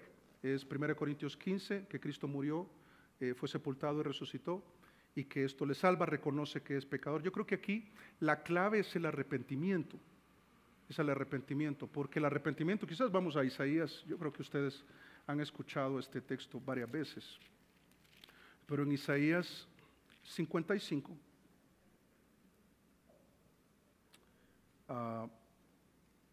dice 55:6, es uno de los mejores textos que te hablan de una conversión genuina. Porque si una persona, y aquí voy a hablar de congruencia, si una persona dice yo creo, pero su vida te dice que no cree, porque está en otro tema, es porque probablemente no se ha arrepentido como es debido y no ha creído como es debido. Otra vez, lo que Romanos 10:9 nos enseñaba es que no es solo una expresión, es un corazón. Y te muestro esto primero y luego vamos a ir a Juan 8. Dice acá en Isaías 55:6, dice, buscad a Jehová mientras puede ser hallado, llamadle en tanto que está cercano. Y dice, deje el impío su camino y el hombre inicuo sus pensamientos y vuélvase a Jehová, el cual tendrá de él misericordia, y al Dios nuestro, el cual será amplio en perdonar. Tiene que haber una disposición al cambio. Que me digas no es suficiente. Tiene que haber, ¿se acuerdan que Jesús también dijo, por sus frutos los conoceréis? Tiene que haber fruto. Y cuando se evidencia el fruto, uno va confirmando que nosotros debemos tener cuidado también de empezar a ver, yo creo que este es salvo. Sí, Pacho es salvo. Pacho es salvo. Pero Giovanni, no, a mí me parece que quién sabe. No, uno se evalúa a sí mismo. Y considerando esto, creo que es mejor ejemplo Juan capítulo 8. Vamos a Juan capítulo 8. Y aquí me voy a detener un poco, hermanos. Aprovechemos acá de entender todos estos aspectos. Juan capítulo 8. Por el tiempo voy a ir rápido. Contexto. Está hablando Jesús con algunos fariseos que de entre ellos, de los religiosos de la época, dice el capítulo 8, verso 30. Dice, hablando él estas cosas, o sea Jesús dice, muchos creyeron en él. ¿Está claro que creyeron en él? Ok. Lo curioso es que más adelante le dice en el verso 44, a estos muchos que creyeron en él, vosotros sois de vuestro padre el diablo, y los deseos de vuestro padre queréis hacer. O sea, ustedes, no ha habido un cambio. Isaías 55 dice, él ha sido homicida desde el principio y no hay permanecido en la verdad porque no hay verdad en él. Cuando habla mentira, de suyo habla porque es mentiroso y padre de mentira. Entonces uno dice, ¿cómo así? Porque el texto dice, habían creído en él, y esto les dice, ustedes no son hijos de Dios. Eso es lo que le está diciendo. Pero ¿en qué está la clave? En medio de ese texto van a encontrar que dice el verso 37. Ellos tienen una especie de discusión donde estas personas que habían creído en él, pero habían creído de esta manera, y aquí lo explico más concretamente. Una cosa es creer como el resultado de un proceso intelectual o cognitivo en el que 2 más 2 es 4. 2 más 2 es 4. 2 más 2 es 4. No hay otra respuesta. Es Jesús es el Hijo de Dios. Cognitivo, intelectual, es un proceso de pensamiento. Pero miren lo que sucede en el corazón. Dice, solo déjenme encontrarlo acá, se me perdió. Dice, aquí está. Verso 37 dice, sé que sois descendientes de Abraham, porque lo que le están diciendo es que habían creído en él, pero estaban en desacuerdo con él, estaban discutiendo, y dice, y Jesús les dice, sé que sois descendientes de Abraham, pero procuráis matarme. Y aquí está la razón, mira. Porque mi palabra no haya cabida en vosotros. Ok, ahora respondo ya concretamente. Cuando una persona dice yo creo, en su corazón tiene que haber una cabida, una disposición a darle entrada a la palabra de Dios. Pero es curioso que use cabida porque saben como cuando uno se trastea. Yo creo que si tú necesitas, tú dices yo quiero un comedor de ¿cuánto te gustaría, Pacho? ¿De unos 12 personas? 12. 12. ¿Y cabría en la casa? No. Quizá no, quizá no. O sea, tampoco. Pero yo quisiera uno irredondo de 20 personas. Pero ¿qué tendrías que hacer para llevar este mueble y meterlo a tu apartamento? Hacer espacio. Eso es cabida. Es que tú sacas algunas cosas, o sea, tú te compras una cama nueva, tienes que sacar la vieja. Ok, lo que está diciendo Jesús es: ustedes dicen que creen, pero al momento que yo les doy mi palabra, en su corazón esto veo que no cabe. Ustedes no están dispuestos a sacar sus creencias equivocadas, sus teologías, su estilo de vida, para hacerle espacio para la palabra. Y eso es un indicador de que ahí hay un problema. Hay un problema. Yo no voy a decir no es salvo, o no vamos a entrar en eso, pero cada uno se evalúa y decir: sí, yo cuando me hablaron del bautismo, yo creí otra cosa, pero yo le hice espacio en mi corazón a lo que Dios me decía, y entonces tuvo cabida y me bauticé. Asimismo congregarme, asimismo servir, asimismo todo lo que la Biblia me enseña de perdonar, pedir perdón, etcétera. Buenísimo. Eso Gracias, es, hermano. Alex. Aquí. James. Buenos días. Buenos días. Sí te puedes. Buenos días. Gracias. Bueno, pensando un poco entre las preguntas que nos pueden hacer en el momento de que las personas que estamos evangelizando, tú hablabas acerca de la separación en el momento de la muerte del Espíritu Santo y del alma. Sí. De pronto no me queda claro esa separación. El Espíritu Santo se va para dónde y el alma para dónde. Sabemos que pues la carne a la tierra, pero me gustaría tener más claro ese. Ok, y aprovecho y voy a reformularla por si no lograron escuchar bien. Es que no le quedó claro sobre la separación, la muerte física, que implicaba la separación del espíritu, alma y cuerpo. Aprovecho para decir que espíritu no es el Espíritu Santo, es la primera aclaración. Vamos a Eclesiastés capítulo 12. Eclesiastés. Eclesiastés capítulo 12.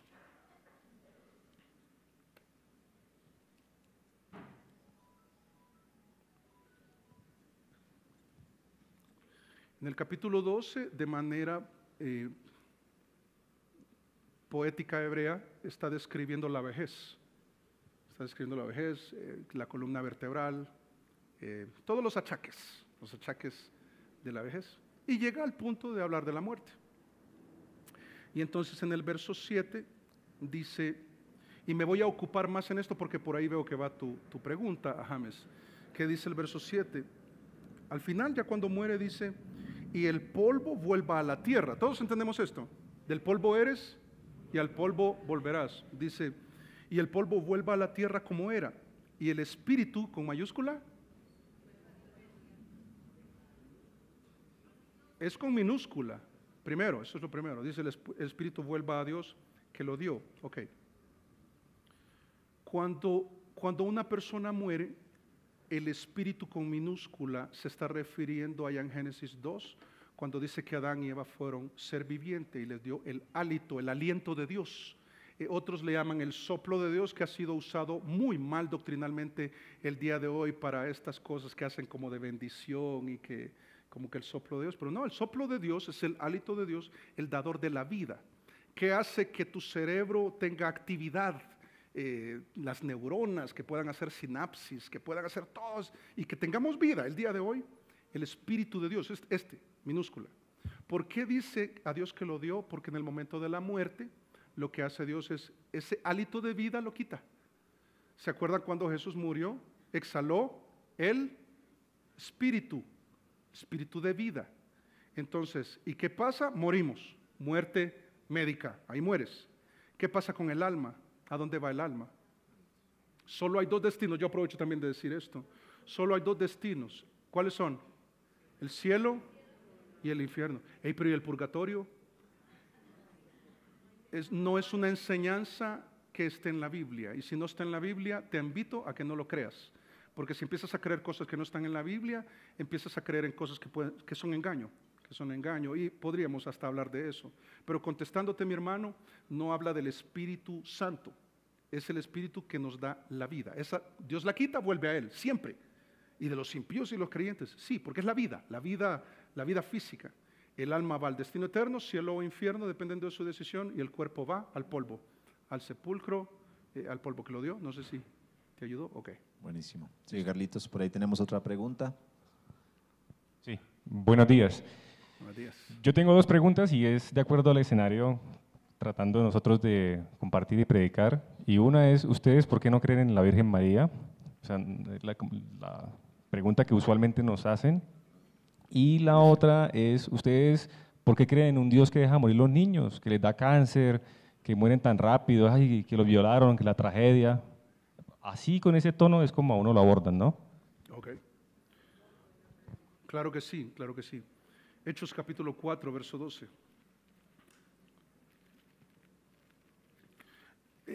Yo sé que es una pregunta puntual, creo yo que puede ser. Voy a tratar de intuir por dónde vas, Jorge. Ustedes, si la pregunta es, ustedes los cristianos, que deberíamos ser nosotros los cristianos, ¿creemos en la Virgen María? La respuesta es sí. Sí creemos, sí creemos. Pero ¿creen que Jesús realmente nació de la obra del Espíritu Santo en María, que era virgen en ese momento? La respuesta es claro que sí creemos. Pero como una mujer especial y hasta en el sentido virtuosa y llena de gracia, sí creemos porque eso es lo que dice la Biblia acerca de ella. Ahora, ¿y creen que ella es mediadora? No, no, por varias razones y por varios textos. Te comparto uno de ellos, espero. Sí, capítulo 4, verso 12. Verso 12 es uno de ellos. Hechos capítulo 4, verso 12 dice, y en ningún otro hay salvación, dice, porque no hay otro nombre bajo el cielo dado a los hombres en que podamos ser salvos. Y esto es, no hay ningún otro nombre. No es Pablo, no es Elías, no es Moisés, no es María, no es Marta, no es el pastor. Nadie más entregó su vida en la cruz y derramó su sangre para limpiarnos de nuestro pecado. No hay ningún verso que nos diga que María es mediadora. Lo que se ha usado en la tradición es usar las bodas de Caná. Las bodas de Caná, si no estoy mal, en Juan capítulo 4, y entonces para pedirle que convirtiera el agua en vino. Pero ella no medió, fue iniciativa de ella si tú lees el texto. Y no habla de salvación, habla de que convirtió el agua en vino. Y contravendría contra lo que está estableciendo uno de los tantos textos que hay, porque hay otro en Timoteo que también dice que Jesús es el único mediador, lo dice así puntualmente, pero esto es suficientemente claro. Dice, no hay ningún otro nombre dado a los hombres en el que podamos ser salvos. Solo Jesús es mediador, solo Jesús es mediador. Sobre la segunda pregunta, Juan capítulo 9. ¿Por qué los niños y me imagino yo, quizás aquí lo estoy intuyendo, hermano, me disculpas, pero en el gremio médico es bien complicado porque uno puede ver tantas situaciones médicas, enfermedades congénitas, ciegos de nacimiento, niños con leucemia, y uno se pregunta ¿por qué? ¿Por qué? Parte de eso, antes de leer esta parte, es por lo que leíamos en el Camino de Romanos, que dice que la paga del pecado es muerte. Miren, la razón por la cual vemos lo malo en este mundo no tiene nada que ver con Dios, tiene que ver con nosotros. Pero ¿y qué hizo ese niño para tener esa situación? Porque es muy, muy buena tu pregunta. No necesariamente es el pecado de que fui alcohólico toda mi vida y entonces a los 60 años me da cirrosis. Ese es un caso. Pero el otro caso que te quiero presentar o que les quiero presentar es que por razón del pecado es que enfermamos. Si no hubiéramos pecado como humanidad y si Adán y Eva no hubieran pecado, pero nosotros asumamos nuestra responsabilidad, enfermamos y morimos porque pecamos. Esto es. Sin embargo, Dios toma estas situaciones como el caso que presentabas. Hay uno en Juan capítulo 9, busquen Juan capítulo 9, verso 1, que dice, al pasar Jesús vio a un hombre, ¿qué? Ciego por un accidente. No, dices de nacimiento, ahí está el caso como el que planteabas. y le preguntaron sus discípulos. Y van a ver que el razonamiento de los discípulos es igual que el de nosotros. Dice, y le preguntaron sus discípulos diciendo, Rabí o maestro, ahí está, miren, ¿quién pecó? ¿Quién falló? ¿Qué es esto? Dice, o sea, el niño que nació ciego o el hombre que había nacido ciego, o sus padres para que haya nacido ciego. Entre la pregunta que hiciste, Jorge, fue muy buena. Esta pregunta no, porque ¿cómo va a pecar antes de nacer? Entonces, nació ciego. Pero entonces dice, si no pecó ¿en qué pecaron sus papás para nacer ciego? Debo decir que en algunas oportunidades, no en todas, hay niños que nacen con ciertos problemas por la vida de pecado de sus padres. Esto sí debo decirlo también. Esto sucede. A veces no tiene nada que ver con una acción pecaminosa, pero sí en una condición de pecado. Este cuerpo afectado por el pecado muere. Todos acá podemos enfermar y vamos a morir en algún momento. Y lo heredamos. Pero entonces nos preguntamos, ¿y el pecado? Y entonces dice verso 3. Respondió Jesús, dice, no es que pecó ni sus padres, ustedes van por el camino que no es, lo que está diciendo. Dice, sino para que las obras de Dios, ¿qué? Se manifiesten en él. Esto cuesta entenderlo, y voy a ser muy honesto, a mí también me cuesta, es difícil, pero lo que está planteando es, se va a mostrar la bondad y la gloria de Dios a través de esa enfermedad. Eso es lo que está planteando. Porque en la Biblia, yo lo dije al iniciar este servicio, el único fin en la vida es glorificar a Dios. Y a veces, en este caso, este hombre lo hizo por medio de su ceguera de nacimiento. Y Dios hizo un milagro ahí. Pero Dios puede hacer un milagro en alguien, sí, lo va a hacer, no lo sé. Pero si recibe al Señor, ¿va a tener la eternidad siendo perfecto? Sí, sin duda, por el amor de Dios que envió a Jesucristo a morir en la cruz. Sin embargo, quizás esto sería, si necesitas ampliar algo, pues lo hablamos, vamos a avanzar. Pero qué excelente pregunta, porque creo que muchos enfrentamos en la realidad de nuestros trabajos, de nuestros estudios, este tipo de preguntas. Yo solo quiero hacer hincapié, Alex, permíteme, en claro lo que dice 2 Timoteo 2:23. Dice, hablando en el contexto de obreros aprobados, de haber recibido a Cristo, que nos preparamos y estamos listos para esto que dice, creo que hay una línea que tenemos que tener cuidado también, ¿no? Que dice, pero desecha, le dice Pablo a Timoteo, las cuestiones necias e insensatas, sabiendo que engendran contiendas, porque el siervo del Señor no debe ser contencioso, sino amable para con todos, apto para enseñar, sufrido, y aquí creo que viene la respuesta, ¿no? Que con mansedumbre corrija a los que se oponen. Decías tú, esos que dicen, y ustedes y su Dios, aquellos que se oponen, por si quizás, qué tremendo, ¿no? Si quizá Dios les conceda que se arrepientan para conocer la verdad y escapen del lazo del diablo en el que están cautivos a voluntad de él. Creo que muchas veces tenemos que identificar y, como el chapulín, tener las antenitas bien afinadas para detectar cuando alguien quiere realmente, ¿qué? Preguntar porque quiere conocer de Dios, quiere conocer el Evangelio, quiere conocer a Cristo, no generar contienda. Pero si somos honestos, muchas veces, ¿qué quieren? Generar contienda. Y Satanás creo que usa esto. Con eso tendría cuidado. Claro, porque generas contienda, y ¿quiénes se condenan?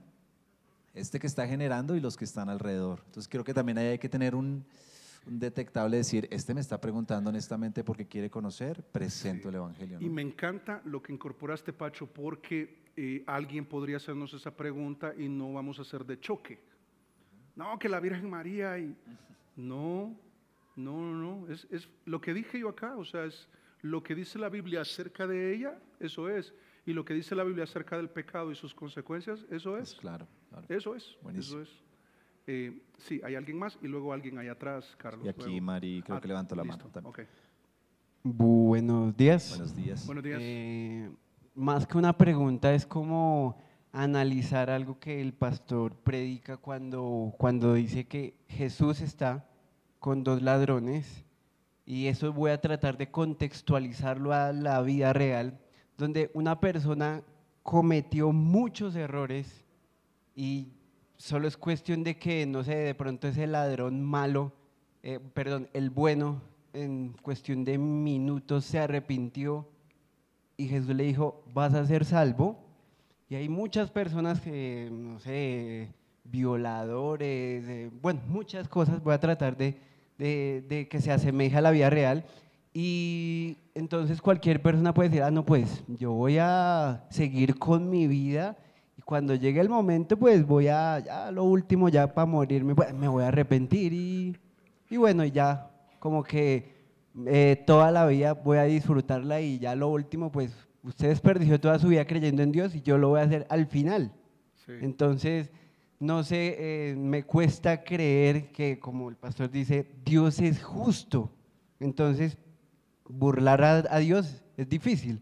Pero entonces esas personas que, bueno, uno trata como de darles un mensaje y me salen con que no, pues sí, en algún momento lo voy a hacer, pero van a esperar de pronto al final y de pronto sí se arrepienten de corazón, pero vivieron toda una vida llena de pecado, esperando ese día.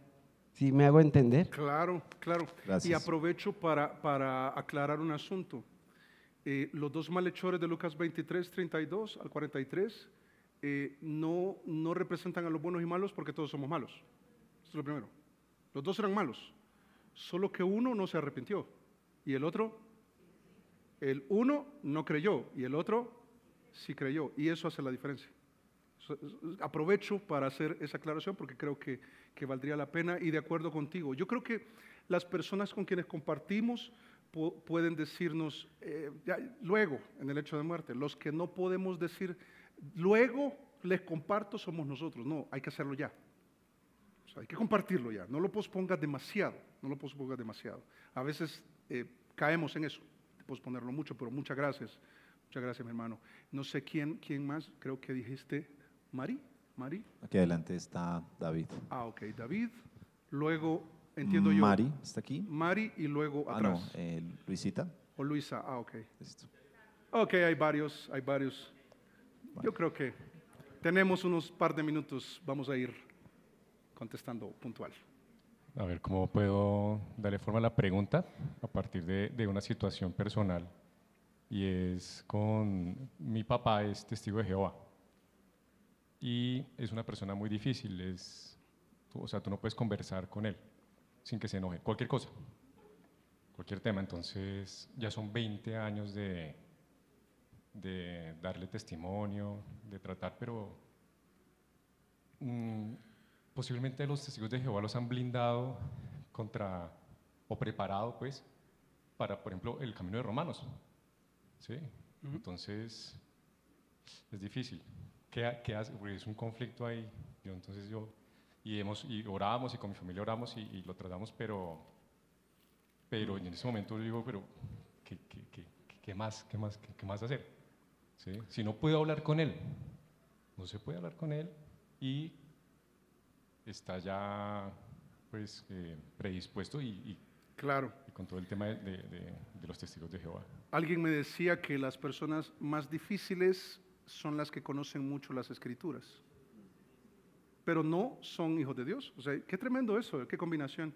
Yo no sé si ustedes saben que un primer ministro de la Unión Soviética, Nikita Khrushchev, él memorizó los 4 evangelios, de memoria, los 4 completos, y era ateo.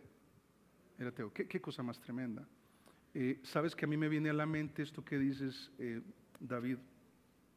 Primera de Corintios 2, siempre me ha hecho pensar en las personas que conocen mucho o que no escuchan o esto y lo otro. Y en parte yo creo que Pacho también estaba mencionando algo como esto, que dice Pablo, o sea, si alguien sabía y podía debatir, podía entrar en esos temas y no lo hacía, era Pablo. Pablo tenía un conocimiento espectacular. Y dice aquí en 1 Corintios 2:1, dice así que hermanos, cuando fui a vosotros para anunciaros el testimonio de Dios, no fui con excelencia de palabras o de sabiduría.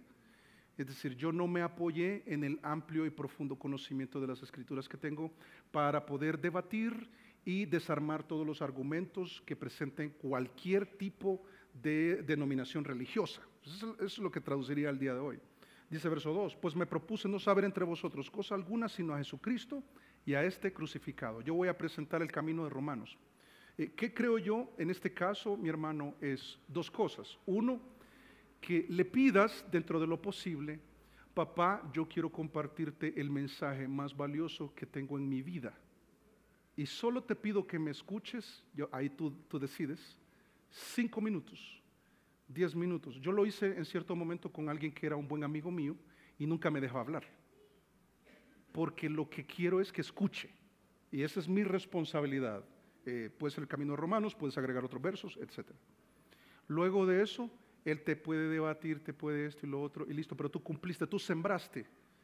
Y la fe nos hace pensar que si uno siembra, el Señor no deja que su palabra vuelva vacía. Algo se sembró, algo se sembró. Esto en primer lugar. En segundo lugar, seguir orando por Él, nunca desistas, nunca desistas. Y la otra cosa es que puede venir alguien que no eres tú a compartirle el Evangelio y a Él sí lo va a escuchar.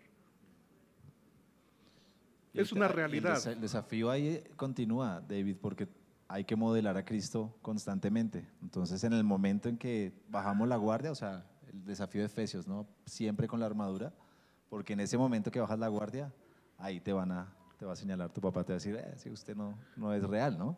Total, y también en el contexto de 1 Corintios 2, ¿qué evitaría yo? Es entrar en el dimes y diretes, el rifirrafe, y entonces, no, pero papá, que esto es... No, esas cosas las cambiaría o las entendería al momento de convertirse. También entender que hay momentos, algunos le llaman a esto temporadas de la vida, donde uno cuando está bien, todo bien, y de repente una enfermedad te pone de cabeza, o sea, y pone más dócil el corazón. Es quebranto. Que el Señor obre, no desistas porque hay tantas historias y testimonios donde esa persona que uno dice, pero qué difícil, se convierte con alguien otra más persona. O se convierte más adelante, ¿sí? Súper. Por ahí tenemos una pregunta. Rubén. Buenos días, Buenos mi días. nombre es Rubén García. Tengo 2 preguntas. Dale. Señor Alexander, un tema. ¿Por qué ustedes los cristianos tienen tantas denominaciones? Si una vez leí en un versículo que decía que hablen una misma cosa, no se mantengan divididos, ¿o acaso está dividido Cristo? Y 2, señor Alexander, usted decía que la doctrina herética de la predestinación, Sí. acerca de que la salvación está para unos elegidos, también puede ser una doctrina herética la de Jacobo Arminio, que decía que se puede perder la salvación. Entonces esas cosas son las que me ponen a pensar y a dudar acerca de por qué no quiero ser cristiano. Ok. Gracias, Ok. señor Rubén. ¿Qué postura, verdad? Es tremendo que alguien te diga eso y uno dice, ok. Primero, la responsabilidad de tanta división somos nosotros. Somos nosotros tratando de justificar nuestras ideas. El origen de la teología es esta, es tener ideas, estructurarlas, esquematizarlas y luego buscar en la Biblia lo que lo respalda. De tal suerte, y lo voy a exagerar, pero hay movimiento LGTBI cristiano que dicen que Jonatán y David eran homosexuales y por eso es permitido. O sea, a ese punto, en Estados Unidos está pasando mucho eso. Yo platiqué con varios pastores que me estaban contando sobre ese tema. Sobre las divisiones tienen que ver la doctrina une y la doctrina divide. La doctrina une y la doctrina divide. ¿Qué es importante? Y quizás el texto que me viene, quizás lo voy a citar. Salmo 119, 160 dice: la suma de tu palabra es la verdad y eterno todo juicio de tu justicia. ¿Qué significa esto? Que para encontrar la verdad de Dios, esto es del corazón, hermanos, esto es del corazón. Cada uno tiene que ir a la palabra y entender el contexto de lo que está hablando. De tal suerte que si yo tomo Filipenses 4:13 y digo todo lo puedo en Cristo que me fortalece, ¿sí o no es Biblia? Entonces todo lo puedo significa que me voy a tirar del Colpatria sin paracaídas, pero yo todo lo puedo en Cristo que me fortalece, y el Señor ya cuando caiga me fortalece. Cuando tú usas, esto es lo tremendo, tú usas un verso y usas la Biblia. Esto es lo que vemos el día de hoy en YouTube, lo vemos por todo lado, abriendo la Biblia, citando la Biblia, un verso. Te invito a que hagas el ejercicio. Después de eso que escuchas, mira el contexto y te vas a sorprender de la cantidad de veces que ese verso ha sido sacado de su contexto. Ok. Entonces, aquí viene lo tremendo del Salmo 119, 160. Es que cuando tú tomas un verso y lo sacas de su contexto, ese verso ya no es la verdad. Por muy Biblia, Filipenses 4:13, 1 Corintios 2:14, porque lo han sacado de contexto. Si te interesa ampliar y profundizar, puedes ver el problema que estaba pasando en Israel, ahí en Jeremías capítulo 23, donde los profetas estaban diciendo, soñé, vi, Dios me dijo. Y por medio de Jeremías, Dios dice, ni les hice ver, ni le fue sueño mío, ni les dije eso. O sea, eso puede pasar, eso puede pasar. ¿Cómo? Pero entonces yo creo que aquí me voy a anticipar algunas preguntas relacionadas o colaterales. Pero ¿y entonces yo cómo no me dejo llevar por una denominación que me dice que es la verdad?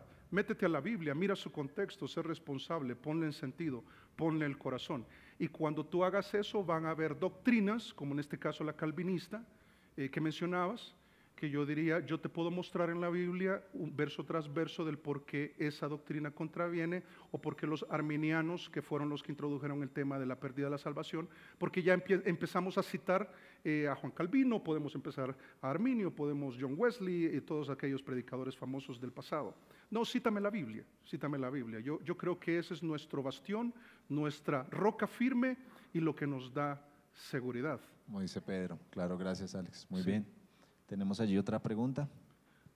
Gracias, muy buenos días. Mi nombre es Ana Hurtado y bueno, tengo una pregunta respecto a lo que mencionabas anteriormente, respecto a cuando alguien muere, si aceptó a Cristo o no lo aceptó, si va al cielo o al infierno. Precisamente alguna vez un testigo de Jehová discutíamos con eso y me decía, pero ¿cómo va a ir alguien al infierno o alguien al cielo? O sea, tengo claro que no hay limbo, que no existe el purgatorio ni zonas medias, Sí.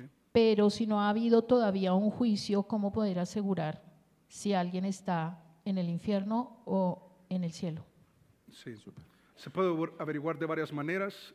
Si tienen donde anotar, lo voy a citar. El tiempo se nos ha ido, pero qué increíble. Hebreos 9:27 dice que está establecido para todos los hombres que mueran una sola vez, es decir, descartada la reencarnación, una sola vez. Si esperabas volver a esta vida en forma de perrito, una sola vez. Y dice, y después de esto el juicio. Después de esto el juicio. Hebreos 9:27 lo que está planteando es que, por decirlo así, la suerte está echada. También, si quieres anotar, en Juan 3:18 dice que el que no ha creído ya ha sido condenado. No va a ser, ya hay una condena contra aquel que no ha creído.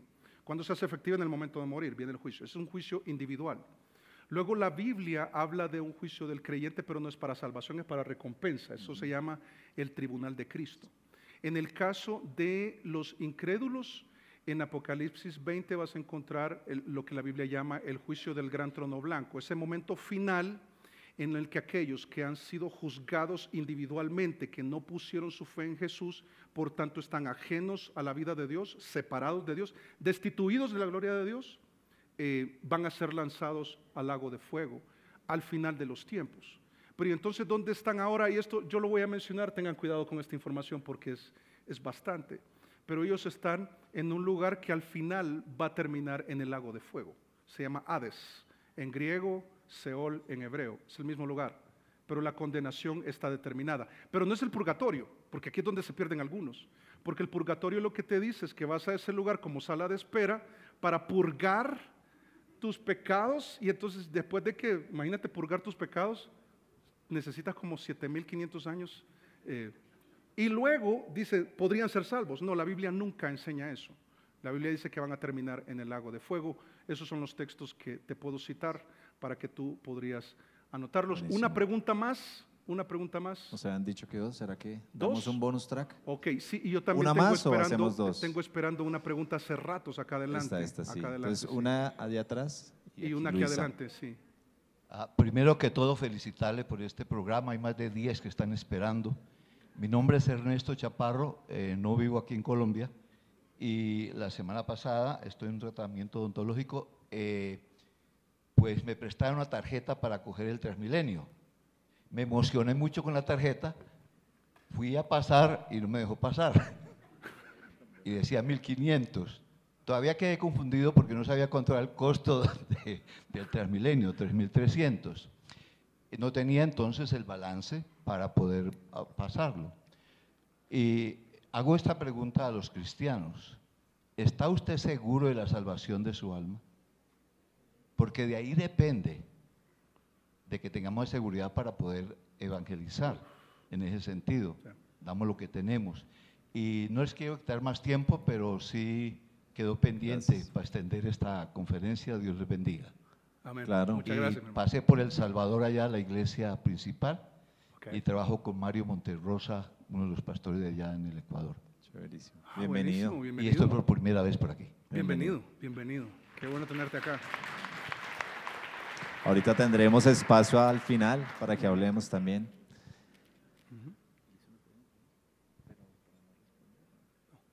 Hola, ¿cómo Hola. están? Hola. ¿Qué tal, Gus? Voy a hacer una pregunta respecto de unas situaciones que me pasan seguido en las campañas de evangelización, porque pues los que no me están viendo, tengo 18 y hago parte de las campañas de evangelización, pero dentro de ese proceso como que hemos tenido la iniciativa con mis amigos de hablarles a personas mayores, pero ellos como que simplemente nos rechazan porque somos jóvenes y pues nos dicen que básicamente no tenemos la misma experiencia que ellos como para decirles cómo dictar o cómo llevar su vida. Entonces, pues es algo un poco desalentador, obviamente después, porque obviamente que queremos hablarles de Jesús y pues de la experiencia que como jóvenes hemos tenido, porque a pesar de que no tengamos mucha experiencia, pues sí tenemos un testimonio que contar y pues el Evangelio también para contarles. Entonces es pues para pedirles un consejo respecto de las situaciones que pasan recurrentemente en las campañas. Ok, qué bonita experiencia, qué bonito. Creo que la clave es entender de que no reposa, miren, el evangelismo y mucho del ministerio no reposa en nuestras capacidades. Adquirir capacidades es bueno, yo creo que tú aprendas la Biblia, que memorices versos, que cites capítulo y versículo, es bueno, hazlo, hazlo. Pero que una persona se convierta no descansa en nuestras capacidades o experiencias, esto es lo primero. Romanos 1, no sé si es Romanos 1, 18 o 1, 20, lo confirmas, pero por ahí está. 16, gracias, es poder de Dios. El Evangelio es poder de Dios. ¿Qué significa eso? Que la capacidad que contiene este mensaje para llevar el fruto esperado depende de Dios. Y hay otros textos que también podríamos ver acá. Pero esto es muy liberador, porque al momento de que tú compartes el Evangelio con alguien mucho mayor y a veces hasta más vivido en el mundo y experimentado cosas y te habla de cosas, tú dices, sí, pero no descansa en mí, y esto es muy liberador. Creo que algunas personas usan cualquier situación de la que puedan sacar provecho para decir no, pero no es porque seas muy joven o porque conozcas mucho la Biblia o la conozcas poca, porque el Evangelio es el mensaje. 1 Corintios 15, Jesús lo que hizo, estás dispuesto a recibirlo, necesitas arrepentirte y recibir al Señor. Pero entonces, una vez ya comunicaste esto, que la persona se convierta, según Juan 16, también depende del convencimiento que produce el Espíritu Santo. Es decir, la persona no se convence por tu elocuencia, no se convence por tu capacidad o por tu juventud, por tu edad, por tu carisma, porque seas bonito o seas no tan bonito, porque el Espíritu Santo lo pone bajo convicción y la persona es dócil. Es muy probable, no lo puedo asegurar, no estuve ahí, pero es muy probable que lo que estaba dando era una excusa que usó para liberarse de la responsabilidad y cargarla en ti. No hay que caer en eso. No. Ese sería mi consejo puntual. Ya apropiarte de Romanos 1:16, ¿no? No me avergüenzo del Evangelio porque es poder de Dios para salvación. Es que te pares firme como lo has hecho y decir, este es el Evangelio y es mi convicción plena, ¿no? Creo que hay Dios, el Evangelio es poder, no lo que tú decías, no reforzando, no soy yo ni nada, ni quiénes somos.